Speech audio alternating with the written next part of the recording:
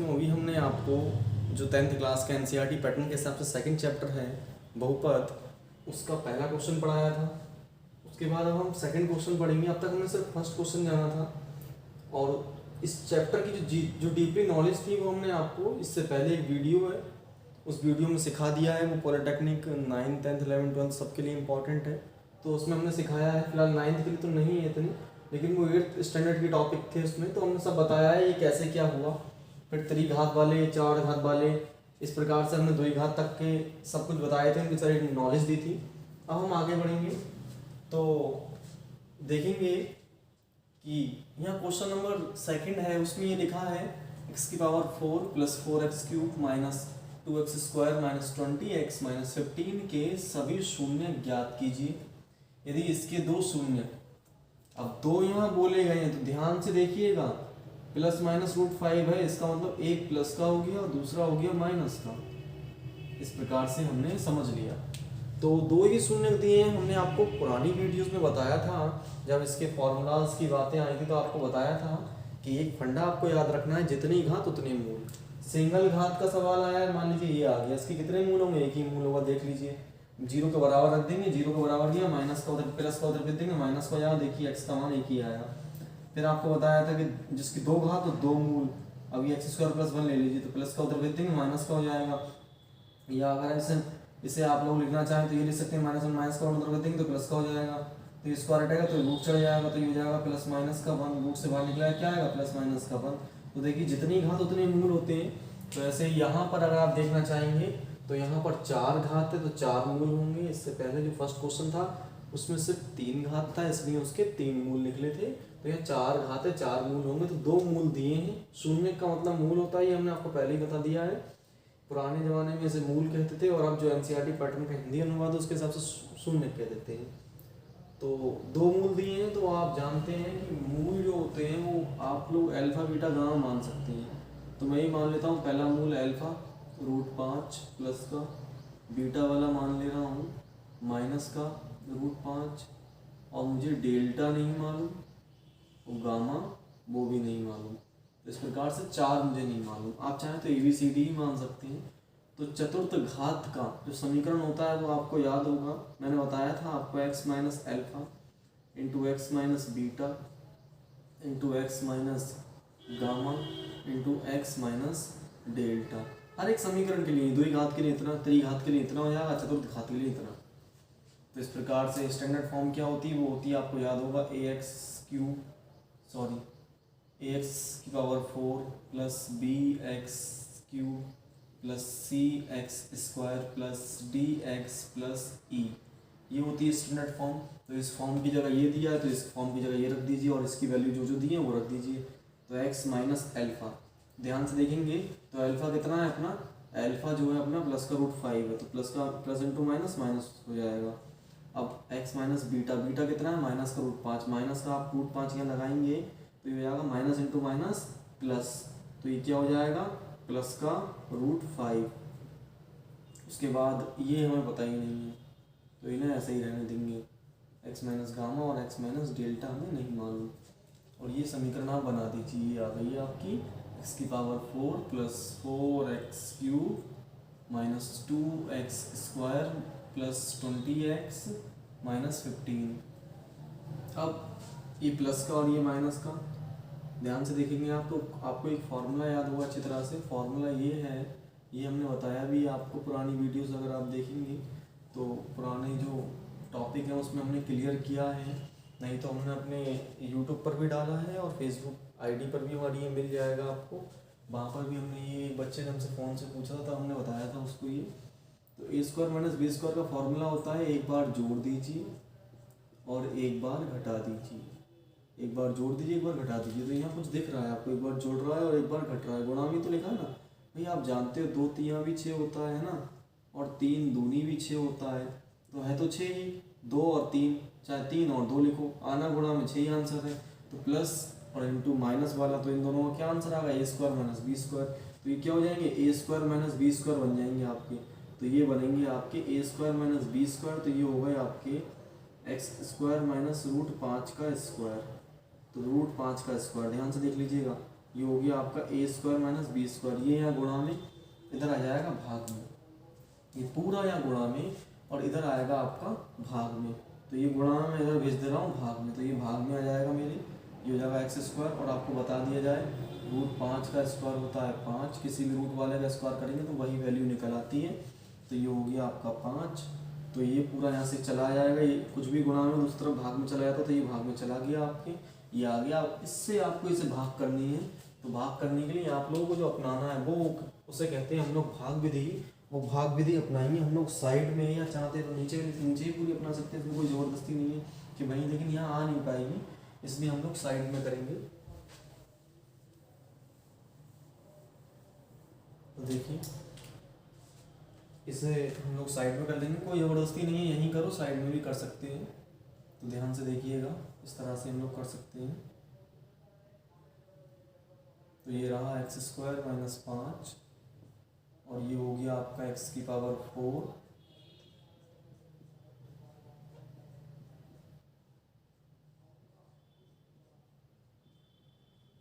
देखिए बड़ी घात वाला ये है, इधर भी बड़ी घात वाला ये है। इस सवाल में बस आपको एक फंडा याद रखना है भाग विधि का। देखिए ये 8th क्लास का ही टॉपिक है, ये भाग विधि जो है 8th क्लास में सिखाई जाती है। अगर आपने अब तक नहीं सीखी है तो भी कोई घबराने की बात नहीं है, बहुत सिंपल तरीके से आप सीख सकते हैं। क्या करना है इसमें, इधर सबसे सवाल को जब भी आप रखेंगे याद रखिएगा अवरोही क्रम में रखेंगे, बढ़ते से घटते क्रम में रखेंगे। तो देखिए ये क्या है आपका बड़ी घात, फिर छोटी घात, फिर छोटी घात। तो ये भी देखिए बड़ी घात, इसमें एक ही फंडा आपको काम करना है कि बड़ी घात वाले से बड़ी घात वाले को भाग करते रहना है। तब तक भाग करना है जब तक कि आपको एक कांस्टेंट वैल्यू ना मिल जाए। पी से लेकर के जेड तक चर होते हैं, तो पी से लेकर के जेड के बीच में कोई भी अगर आ जाएगा तो आपको बढ़ना पड़ेगा, उनके अलावा कुछ और आया तो वो कांस्टेंट कहलाएगा। हम और आप भी कांस्टेंट हुए। तो देखिए ये बड़ी घात वाले से इस बड़ी घात वाले को भाग करेंगे, तो जैसे ही हम एक्स स्क्वायर से इसे भाग करेंगे तो ध्यान से देखिएगा क्या होगा। देखिए मैं एक्स की पावर 4 को भाग कर रहा हूँ एक्स स्क्वायर से, तो भाग में आधार समान घातें घट जाती हैं, ये 8th क्लास का रूल है। 4 में से 2 हो गया, कितना बचेगा 2, तो यहाँ पर आंसर आ जाएगा एक्स की घात 2, यानी कि एक्स स्क्वायर। या ऐसे भी काट सकते थे तो भी 2 बचता। अब ये आ गया, जो आएगा इस पूरे फंक्शन की उससे स्टेप बाय स्टेप गुणा करेंगे। तो एक्स स्क्वायर की पहले इससे गुणा करेंगे, तो एक्स स्क्वायर की गुणा होगी एक्स स्क्वायर से, तो गुणा में आधार समान घातें जुड़ जाती हैं, 2 + 2 हो गया 4। तो ये हो जाएगा आपका एक्स स्क्वायर किससे गुणा होगी, तो ये हो जाएगा एक्स की पावर 4। अगर आपको ये फंडामेंटल रूल्स सीखने हैं तो हम एक वीडियो बना देंगे, उस वीडियो में आपको सिखा देंगे। उस वीडियो का नाम हम आपको बता दे रहे हैं। उस वीडियो में पॉलिटेक्निक एंट्रेंस एग्जाम में या अदर कॉम्पिटिटिव एग्जाम्स में एक चैप्टर मिलता है। जितने भी कॉम्पिटिटिव एग्जाम्स, जितने भी जॉब्स की स्टडी करने वाले एग्जाम्स हैं या जॉब देने वाले एग्जाम्स हैं, उन सब में एक टॉपिक जरूर रहता है, उसका नाम है घातांक एवं करणी, सट्स, और उस पर पावर के ऊपर सवाल आते हैं उसमें। तो वहाँ पर इस तरह की टॉपिक मैं क्लियर कर दूँगा। मैंने एक वीडियो बनाया था लेकिन वो डिलीट हो गया वीडियो, धोखे से वो अपलोड नहीं हो पाया।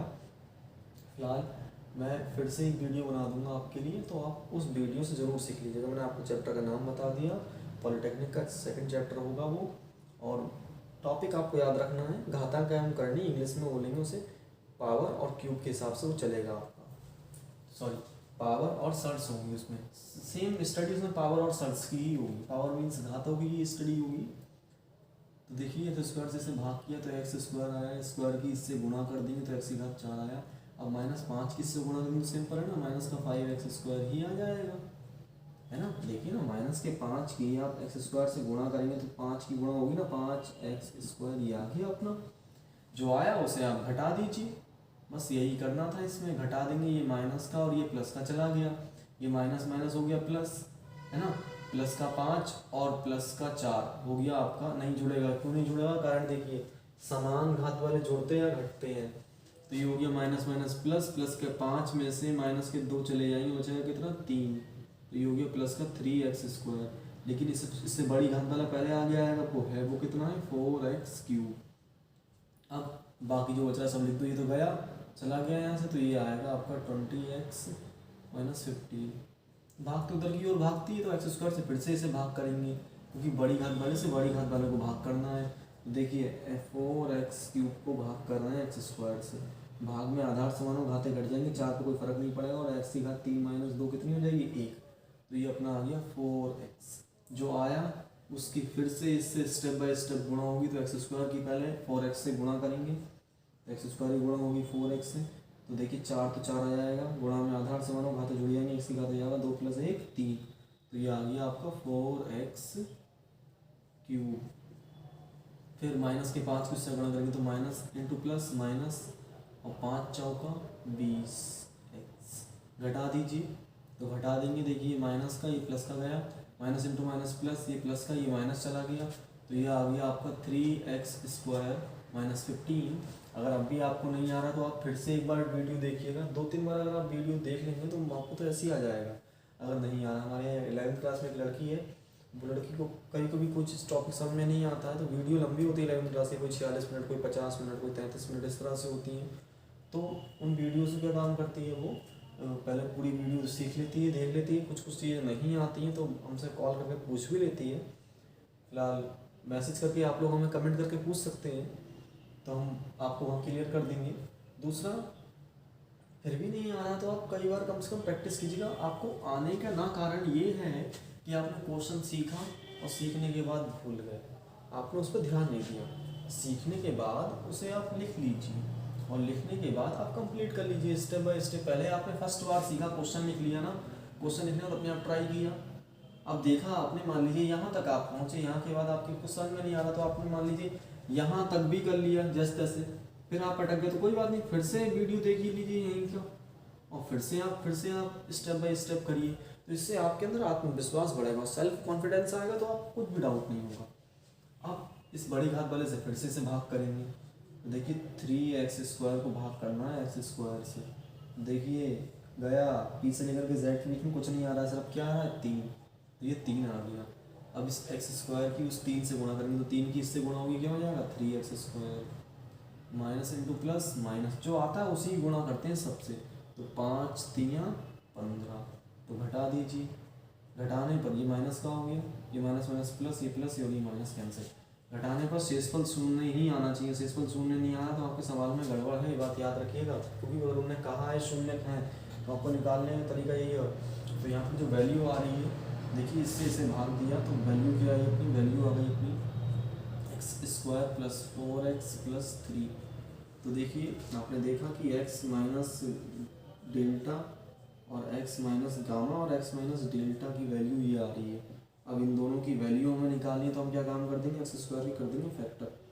तो मैं वही फैक्टर कर देता हूँ, मान लीजिए मैंने यहाँ x² की फैक्टर कर दी। ये सब कुछ फेयर है, कुछ को रफ मत मानिएगा, सिर्फ ये रफ था आपको समझाने के लिए, वरना जिन्हें आता है, जो इंटेलिजेंट स्टूडेंट्स हैं, उन्हें तो कोई प्रॉब्लम नहीं है, जिन्हें नहीं आता उनके लिए तो थोड़ा सा लेके चलना पड़ेगा ना। तो देखिए x² + 4x + 3, मैं आपको फैक्टर सिखा दूँ, 8th क्लास का टॉपिक है फैक्टर। तो क्या करते हैं, देखिए बराबर 0 को रख लेंगे। अब देखिए ये प्लस का 3 है, उठा के सॉरी बड़ी घात फिर छोटी घात फिर छोटी घात, 2 घात वालों को फैक्टर करने का तरीका ये है कि आखिरी वाले की पहले वाले से गुणा करते हैं। तो पहले क्या है, अगर कुछ शो नहीं हो रहा तो 1 तो मान लीजिए, तो 1 तो होता ही होता है। तो 3 एकम 3, 3 को इस प्रकार तोड़िए कि जोड़ने घटाने पर 4 आ जाए, तो सिर्फ रास्ता क्या है 3 एकम 3, भाई 3 एकम 3, 3 ही एक रास्ता, 3 और 1 4 आ जाएगा। तो ये हो जाएगा x² प्लस कितना हो जाएगा 3x + x + 3। तो यहाँ से कुछ कॉमन आ रहा है कि दो के पेयर बनाते हैं, आखिरी वाली पहले से गुणा करते हैं, और उस गुणा को जो आता लिख दिया, उस लिखे हुए भाग को इस प्रकार तोड़ते हैं कि जोड़ने घटाने में बीच वाला आ जाए, और गुणा करें तो फिर से ऊपर वाला आ जाए। देखो 3 एकम 3 भी आ रहा है, 3 और 1 4 भी हो रहा है। तो पेयर बना देंगे 2 किसी को भी 2 पेयर बना दीजिए, आंसर आना है। तो यहाँ से देखिए ये x कॉमन ले लेंगे, यहाँ से x चला गया तो x बचा, यहाँ से x चला गया, यहाँ क्या बचेगा 3।